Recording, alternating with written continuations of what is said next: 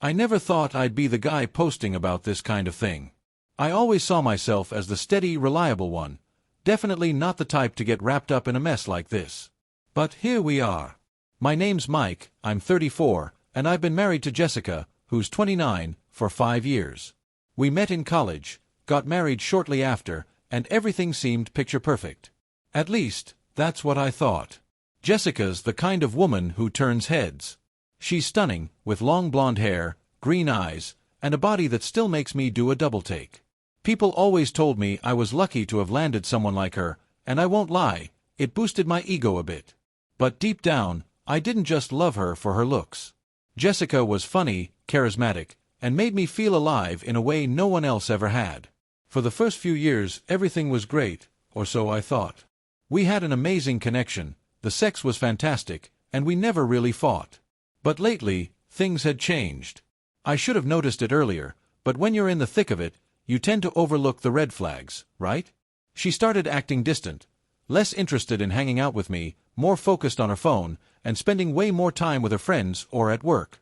The sex dwindled down to almost nothing, and when it did happen, it felt different, like she wasn't really there with me. I told myself it was just a phase, that every couple goes through ups and downs. But deep down, I knew something was off. It wasn't until I stumbled across something on her phone that my world came crashing down. I'm not usually one to snoop, but that day I had this gnawing feeling in my gut that I couldn't shake. Jessica had left her phone on the kitchen counter, and when it buzzed, I couldn't help but glance at it. The message preview was from someone saved as Old Man Jerry, and it read, *, can't wait to see you tonight, baby. I've got a surprise waiting for you, *. Now, I knew Jessica worked with a lot of older clients. She was in real estate, and half her clients were rich old guys buying up properties for their portfolios, but this felt wrong. I'm not proud of what I did next, but I picked up her phone and scrolled through the messages. And there it was. Dozens of texts, each one grosser than the last, from a man who had to be in his 70s. She wasn't just meeting this guy for work, she was dating him, calling him baby, and talking about all the expensive gifts he'd been lavishing on her. And the worst part? She was gushing about how she loved how he'd spoiled her with his wealth and treated her like a queen. I couldn't believe it. My beautiful, young wife was cheating on me with some wrinkled-up sugar daddy who could be her grandfather. The messages made me sick. She was lying about going to work events and girls' nights out, all while she was sneaking off to have sex with this old man for his money and luxury lifestyle. I kept scrolling, hoping to find something, anything, that would tell me this was a misunderstanding. But the further I went, the clearer it became. She wasn't just stepping out on me, she was fully invested in this guy. They'd been seeing each other for months. Hell, she even talked about how she was thinking of leaving me because Jerry could give her the life she deserved. My hands were shaking as I put her phone back down. I felt like the ground had been ripped out from under me. What was I supposed to do with this? Should I confront her? Pack her bags and throw her out? The anger boiled inside me, but I knew I had to play it cool, for now at least. Later that night, Jessica came home, all smiles, like she hadn't just stabbed me in the back. She kissed me on the cheek, asked how my day was, and then headed upstairs to shower. And I just stood there, watching her, my mind racing. All I could think was, *, how long has she been doing this? And how long has she been lying to my face? *. I decided that I wasn't going to let her know I was on to her. Not yet. I needed to know more, how deep this went, what her plans were. I wanted to catch her in the act. After I found out about the affair, I couldn't look at Jessica the same way. Every smile, every touch felt like a lie. But I wasn't ready to explode yet. I needed to figure out exactly what was going on before I made any rash decisions. It was hard to act normal, to pretend like I didn't know she was betraying me with some rich old geezer, but I knew if I played my cards right, I'd catch her in a lie big enough to burn the whole thing down. The next few days, I was walking on eggshells, but I tried to keep my cool. I wasn't ready to confront her until I had hard evidence. I'd already seen the texts, but I needed more. So, I started paying closer attention to her schedule.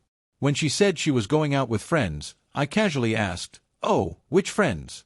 Maybe I'll meet up with you later."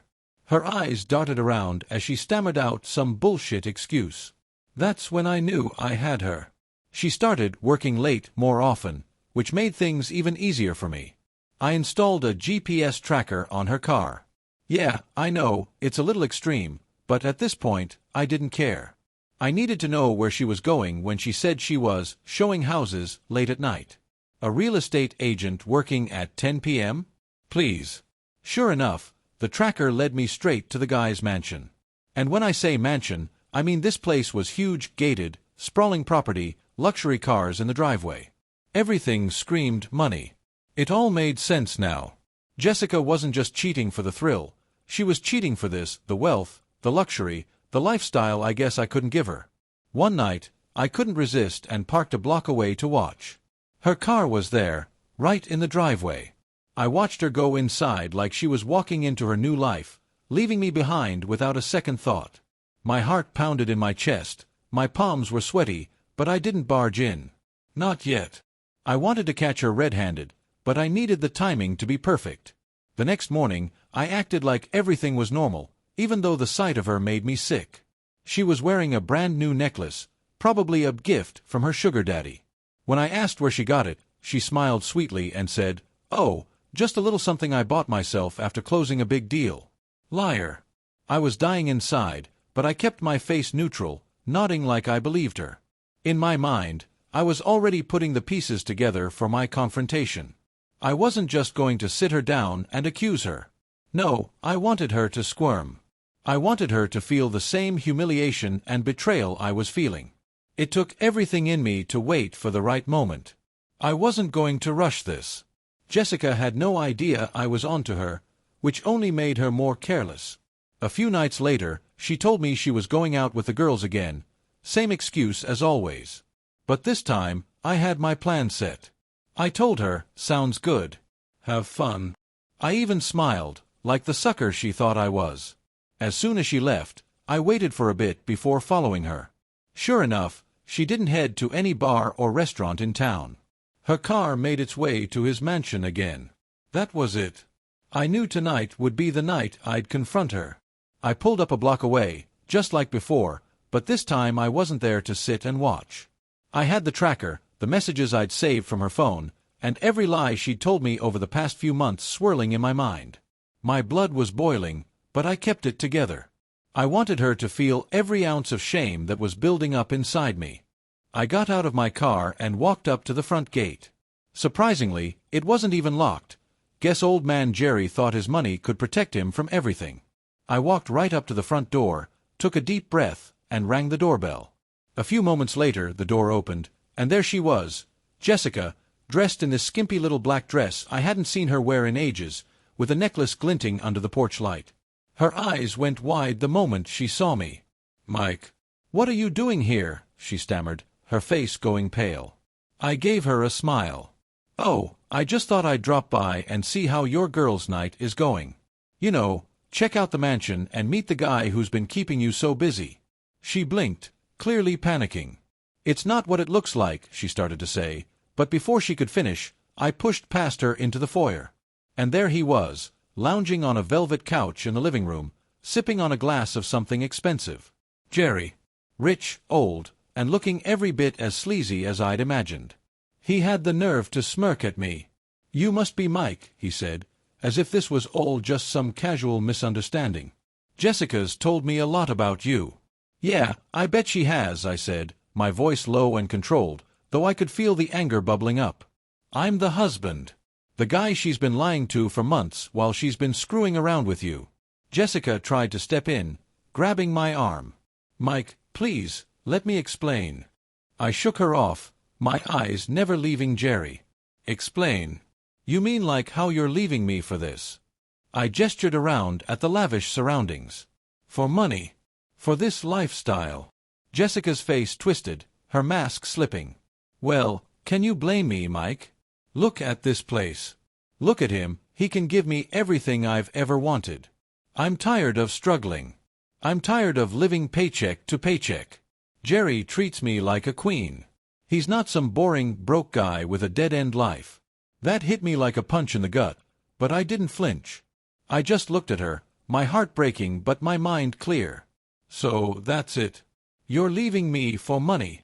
Jessica folded her arms, her posture suddenly defensive. I deserve more than what you can give me, Mike. I deserve this life. I'm not going to apologize for wanting more. I laughed bitterly. More?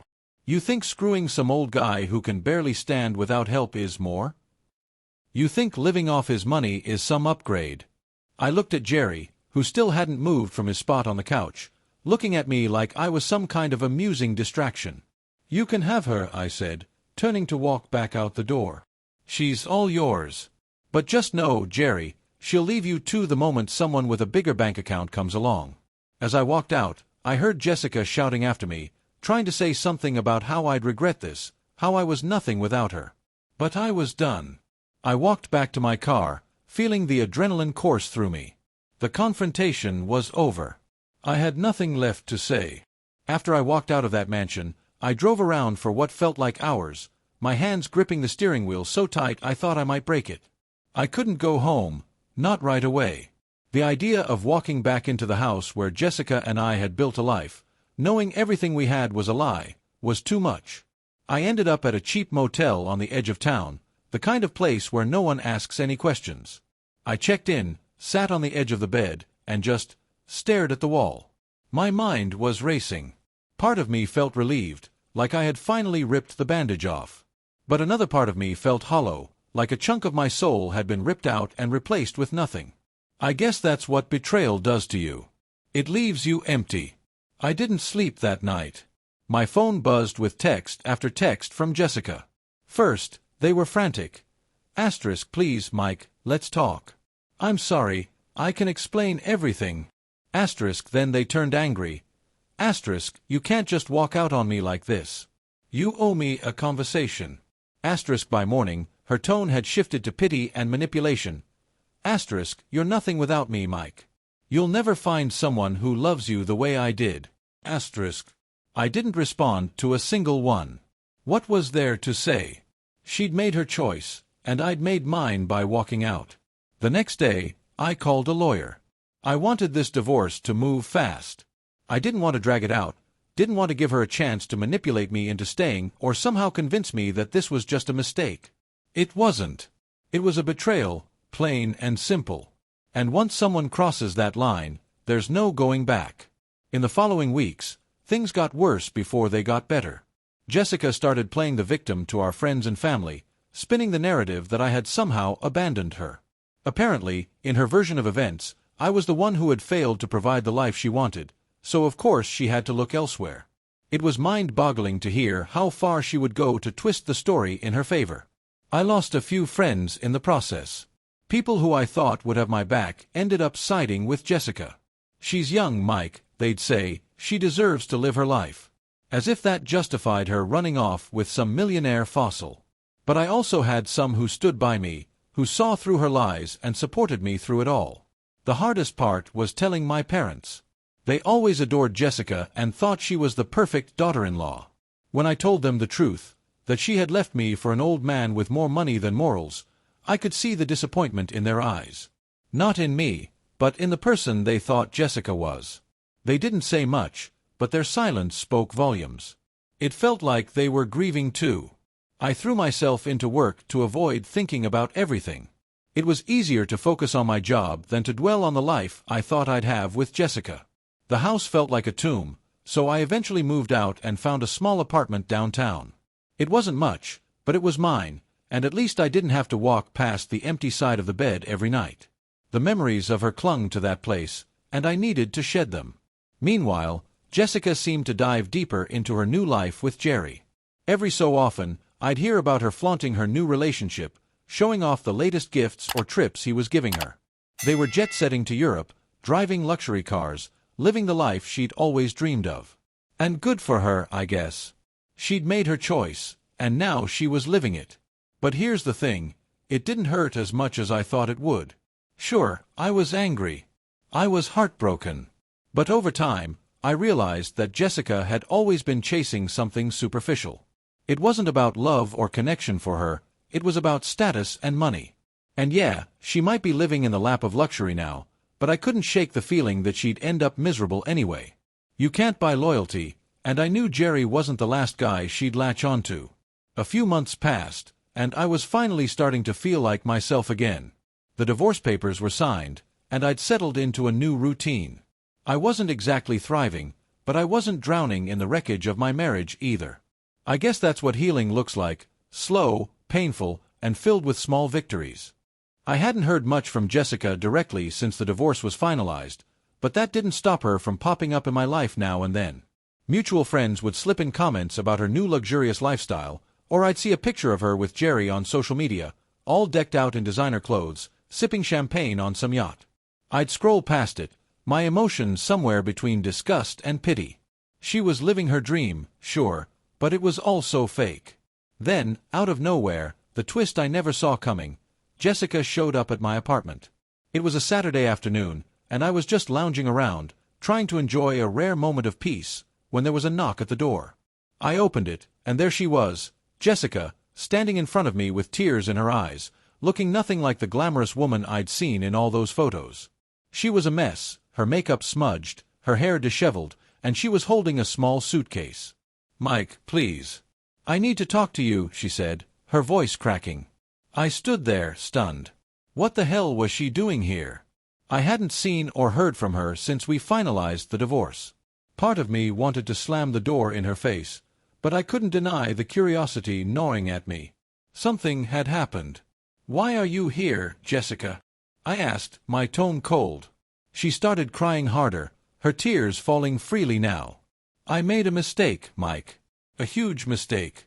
Please, just let me explain." Against my better judgment, I let her inside. I couldn't help it. Seeing her like that, so broken, triggered something in me.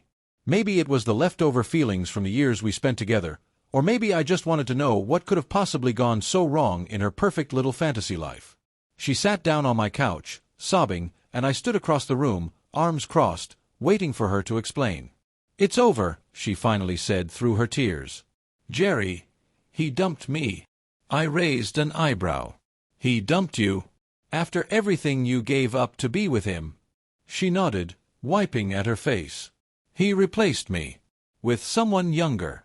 God, I can't believe how stupid I've been. I didn't say anything. I didn't need to." This was exactly what I had predicted when she left me for Jerry. She thought she'd found the golden ticket, but the thing about guys like him? They don't care about love or loyalty. They care about power and youth, and when someone younger and shinier comes along, they move on without a second thought. "Mike, I know I hurt you. I know I don't deserve anything from you, but I don't know where else to go. I feel so lost," she said, her voice trembling. I watched her for a moment, my heart a mix of emotions I didn't want to deal with. Part of me felt vindicated. This was karma, plain and simple. She'd thrown away our marriage for money, and now that money had moved on to its next victim. But another part of me, the part that had loved her for so long, felt sad. Not for her, but for the emptiness she must be feeling. She had it all, and she let it slip through her fingers. "Jessica, I'm sorry that happened to you," I said, and I meant it, in a way. "But you made your choice. You walked out on us for him. And now, you're here because it didn't work out? What do you expect from me?" She looked up at me, her eyes pleading. "I don't know. I don't know what I was thinking. I was selfish and I was stupid. I thought money would make me happy, but it didn't. It was never enough. Please, Mike, can we talk? Maybe we could." "No," I said firmly, cutting her off. "We can't. Whatever you're hoping for, it's not going to happen. You made your bed, and now you have to lie in it." Her face crumpled again, and for a moment, I almost felt bad. Almost. But then I remembered the months of lies, the betrayal, and the way she had made me feel like nothing while she ran off with Jerry. She wasn't here because she wanted to fix things with me. She was here because she had nowhere else to go. "Mike, please." "I think you should go, Jessica," I said, my voice steady. "There's nothing left for us to talk about." She stood there for a moment, like she couldn't quite believe what was happening. And then, without another word, she grabbed her suitcase and walked out the door. As I closed it behind her, I felt a strange sense of peace. For the first time in months, I wasn't carrying the weight of her betrayal anymore. She was gone, and this time, I knew it was for good. After Jessica left my apartment that day, I stood by the door for a while, just processing what had happened. She was really gone. This time, it wasn't the kind of departure that left me with unresolved feelings or lingering questions. No, this was final. And I felt a strange sense of closure wash over me. For so long, I'd been drowning in the mess she made, trying to make sense of the betrayal, the lies, and my own emotions. But now, watching her walk out for the last time, I realized I was free. I sat back down on the couch, the same spot where Jessica had just been sobbing her heart out, and a part of me couldn't help but feel a little pity for her. She'd given up everything for a mirage, a false promise of happiness tied to money and luxury.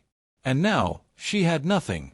But as much as I pitied her, I couldn't forget what she'd done to me. She'd destroyed our marriage, disrespected me, and lied to my face for months. It wasn't just that she'd cheated, it was the way she'd thrown away what we had without a second thought. I tried to imagine what her life looked like now.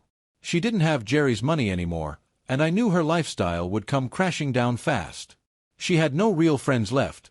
Those luxury dinners, vacations, and fancy events were all gone now that Jerry had dumped her for someone younger. I could picture her trying to scrape together a life, looking around at the mess she'd made, realizing too late that everything she chased was temporary. For a brief second, I wondered if I'd ever hear from her again, if she'd try one more desperate plea for forgiveness.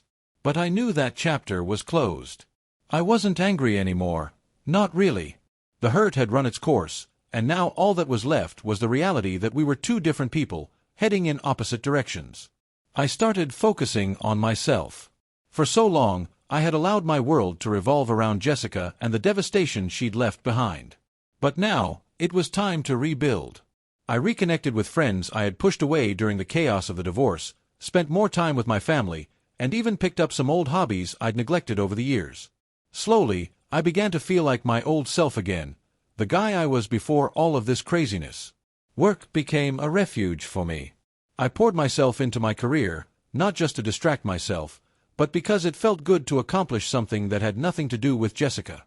Every day, I felt more and more like the man I used to be, someone who was confident, self-assured, and in control of his own life. Then something unexpected happened. A few months after that last encounter with Jessica, I met someone new. Her name was Emily, and we met through a mutual friend at a dinner party. She was nothing like Jessica. Where Jessica was all flash and drama, Emily was down-to-earth, kind, and genuinely interested in getting to know me for who I was, not for what I could provide or how I fit into her version of a perfect life. We started off slow, just getting to know each other without any pressure. I was still healing from the mess of my marriage, and I didn't want to rush into anything. But Emily had a calming presence that made me feel at ease. For the first time in what felt like forever, I could see a future that didn't include betrayal or lies. Our relationship grew over time, and I found myself smiling more, laughing more, and feeling things I thought had died when Jessica left. I realized that love didn't have to be a whirlwind of drama and excitement. It could be steady, supportive, and real. With Emily, there were no games, no manipulations. It was just easy. One evening, we were sitting on my apartment balcony, watching the sunset, when she asked me about my past, about what had happened with Jessica. I hesitated for a moment, but then I told her everything, the good, the bad, and the ugly. She listened without judgment, without offering cheap sympathy or pretending to have all the answers. When I finished, she just looked at me and said, "You deserve better, Mike. You deserve to be with someone who loves you for you, not for what you can give them." That hit me hard. It was simple, but it was everything I needed to hear. Part 8. Reflection and Moving Forward. Looking back now, I realize how far I've come. If you'd asked me a year ago if I'd ever be happy again after what Jessica did, I would have laughed in your face. But here I am, and I've found peace in a way I never expected. Jessica taught me some hard lessons, but maybe I needed to learn them. I learned that love built on superficial things will always crumble. I learned that real happiness doesn't come from money or luxury. It comes from the connections we build with the people who truly care about us. Most importantly, I learned that I am stronger than I ever thought I was. To anyone reading this who's going through something similar, my advice is this: don't let someone else's betrayal define you. It hurts, it's messy, and it will feel like your world is falling apart. But you can rebuild. You can move on. And one day, you'll look back and realize that what you lost was never as important as what you've gained. Jessica may have left me for someone richer, but in the end, I walked away with something far more valuable. My self-respect, my peace, and the knowledge that I'll never settle for less than I deserve again. And that, my friends, is priceless. Thank you for visited my YouTube channel. Your support, likes, and comments truly inspire me to create even more engaging content. If you enjoyed this video, don't forget to subscribe and hit the notification bell so you never miss an update. You're a part of this amazing community, and I'm thrilled to share my stories with you. See you in the next video on YouTube.